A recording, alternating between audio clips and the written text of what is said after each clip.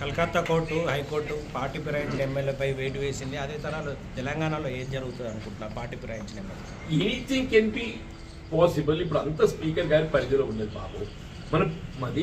మనము ముందస్తుగా నిర్ణయం చర్చించినట్టు.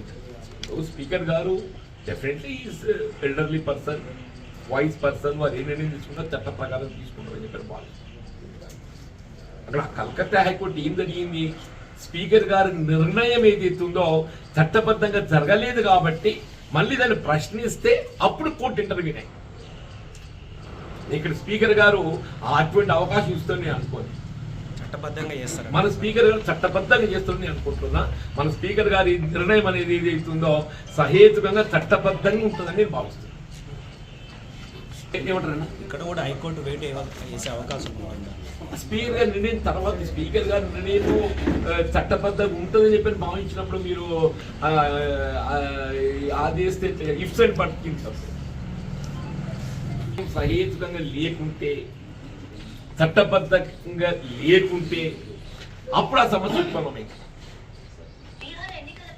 అలా మన స్పీకర్ గారు ఇదివరకు ఒకసారి ఈ game interview to some media, నాకు చట్టం పట్ల గౌరవం ఉన్నది, నేను చట్టబద్ధంగా వ్యవహరిస్తా, ఫిరాయింపుల చట్టం అనేది ఏదైతుందో రాజ్యాంగబద్ధంగా అది అమలు చేస్తున్నటువంటి ఒక నిర్దేశం. అది దాని నిబంధనలకు అనుగుణంగా నేను నిర్ణయం తీసుకోవడం జరుగుతుందని చెప్పాను. మరి ఇంటర్వ్యూ చూశాను.